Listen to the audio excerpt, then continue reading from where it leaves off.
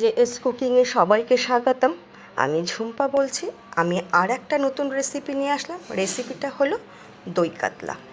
এই গরমের সিজনে দই কাতলা খেতে কিন্তু অসম্ভব ভালো লাগে, তাই আমি এই রেসিপিটা বাড়িতে বানিয়ে আপনাদের সঙ্গে শেয়ার করলাম। এর জন্য 4 পিস মাছ আগে থেকে নুন হলুদ মাখিয়ে রেখেছি, আর মশলা হিসাবে 2টো শুকনো লঙ্কা, কাজু আর আদা রসুন নিয়েছি। আর এদিকে আমি কড়াইটা বসিয়ে দিলাম।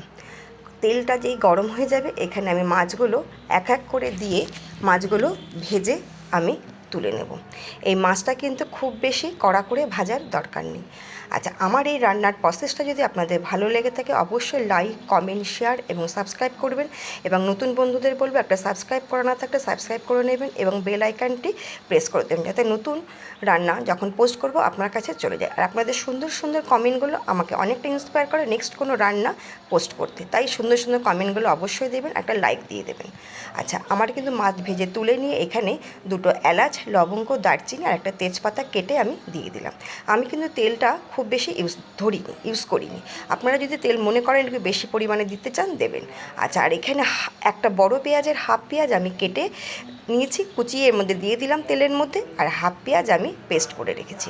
এই পেঁয়াজটা ভাজা যেই হয়ে যাবে, এখানে আমি দিয়ে দিলাম পেস্ট করা পেঁয়াজটা একটু ভালো করে কষাবো যতক্ষণ পর্যন্ত কাঁচা গন্ধটা না যায়।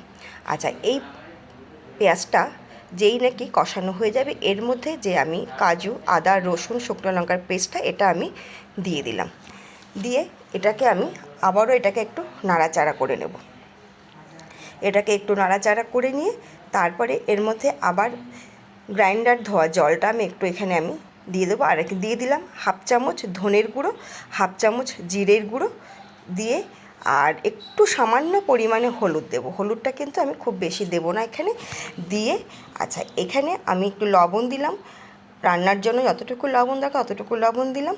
দিয়ে এর মধ্যে আমি এইবার গ্রাইন্ডার ধোয়া জলটা এখানে দিয়ে দিলাম। দিয়ে মশলাটাকে আমি আবারও কষালাম। ভালো করে কষানো এটা হয়ে গেলে, আচ্ছা, এর মধ্যে দেবো একটু কালারের জন্য আমি কাশ্মীরি রেড চিলি পাউডার।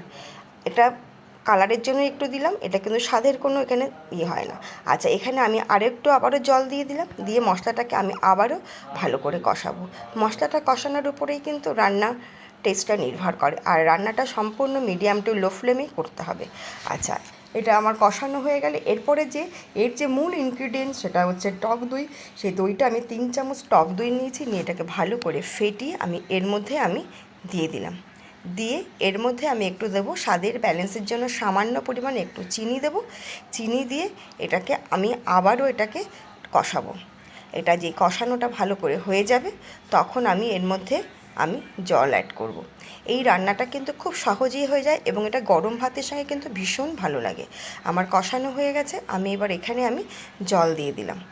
আর এই রান্নাটা যে এত ভালো লাগে খেতে ভাবার বাইরে। আমরা তো কাতলা মাছ নানা রকমভাবে খেয়ে থাকি, এইভাবে একবার খেয়ে দেখবেন যে কতটা সুস্বাদু হয় গরম ভাতের সঙ্গে। আর যা বাড়িতে যদি কোনো অতিথিও আসে তখনও কিন্তু আমরা এই রেসিপিটা আমরা পাশে রাখতে পারি।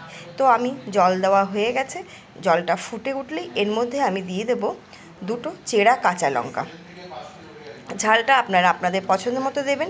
আমি আগে 2টো শুকনো লঙ্কা বেটে দিচ্ছি, এখন 2টো কাঁচা লঙ্কা চেরা দেব। আমার ঝোলটা ফুটে গেছে, এইবার দিয়ে দিলাম চেরা কাঁচা লঙ্কা আর ভাজা মাছগুলো দিয়ে এটাকে একটু ফুটিয়ে নিলেই কিন্তু আমার রান্না কিন্তু রেডি একদম।